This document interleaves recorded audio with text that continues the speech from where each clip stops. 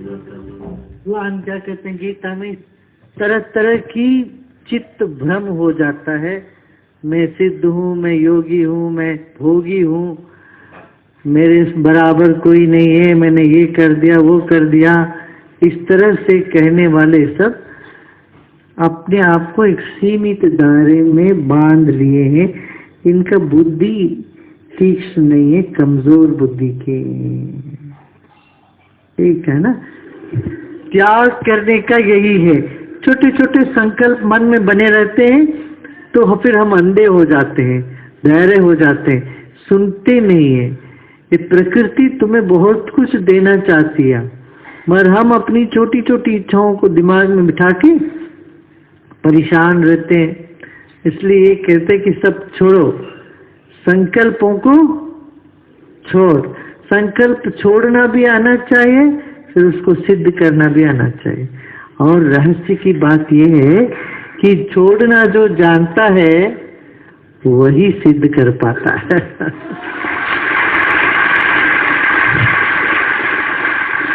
ये सबसे बड़ा रहस्य यही है। छोड़ना सीखा संकल्प को, सिद्ध भी होने लगेगा तुरंत। ठीक है ना। सब गुरुओं के पास यही सिखाते थे, तुम्हारा संकल्प कैसे तुम छोड़ने में निपुण हो जाओ। मुझे ये चाहिए, मुझे ये करना, छोड़। मेरा मेरा ये होना चाहिए, मुझे ये चाहिए, छोड़। छोड़ना सीख गए, सब कुछ पाना सीख गए। हाँ गुरुजी प्रणाम। हाँ, एक प्रश्न जो मुझे बड़ा उद्वेलित करता है कि संसार का नियम और भगवान का नियम लगता है बिल्कुल अलग अलग है। चीजें यहाँ अच्छी मानी जाती हैं, शायद भगवान का नियम उससे उल्टा है। तो ये क्या है कि भगवान के यहाँ कोई नियम, संसार में कोई नियम। दूसरी बात है, कहते हैं कि आप बहुत करुणा रखिए, करुण रस है, लेकिन अगर किसी के साथ कोई बड़ा हादसा होता है तो कहते हैं कि उसका प्रारब्ध है और प्रारब्ध तो काटना ही पड़ता है। हाँ। अगर ईश्वर करुणा नहीं कर रहे हैं तो हमसे क्यों उम्मीद की जाती है कि हम करुणा करें, अगर वो अपने पाप का फल है वो भुगत रहा है। पता नहीं, शायद ईश्वर का विधान और संसार का विधान दोनों बहुत अंतर है। अच्छा। बहुत सारी बातें हैं, लेकिन मैं इससे आपका चाहूंगा।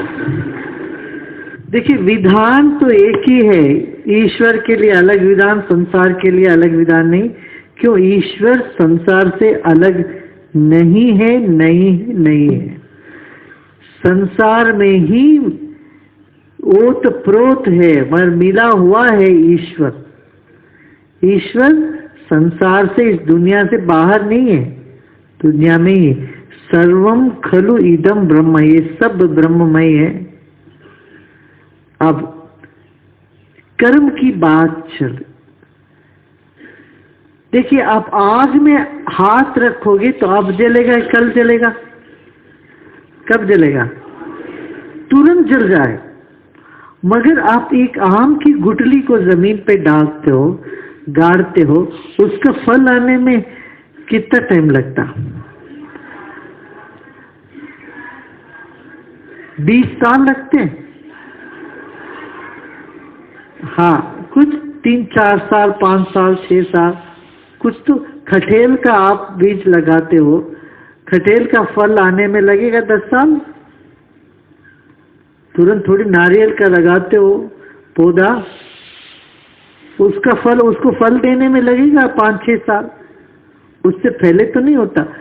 तो एक कर्म तुरंत फलदायी है।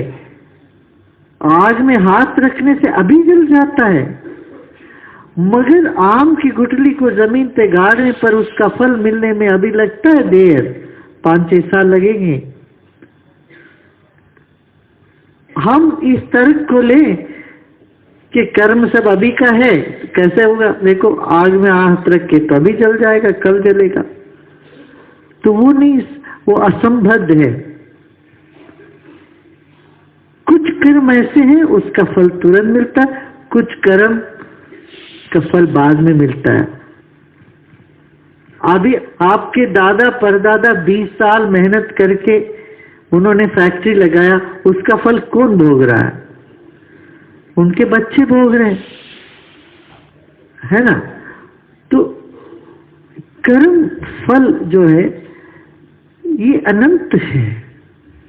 इसलिए गीता में भी यही बात आती है, गहना कर्मणो गति, कर्म की गति बहुत गहन है, पता नहीं चलता कौन सी कहां से क्या आया। इसलिए कहते हैं कि कुछ कर्म हमें भोग के ही खत्म करना पड़ेगा, कुछ कर्म हम बदल सकते हैं, ढाल सकते हैं उसको, है ना।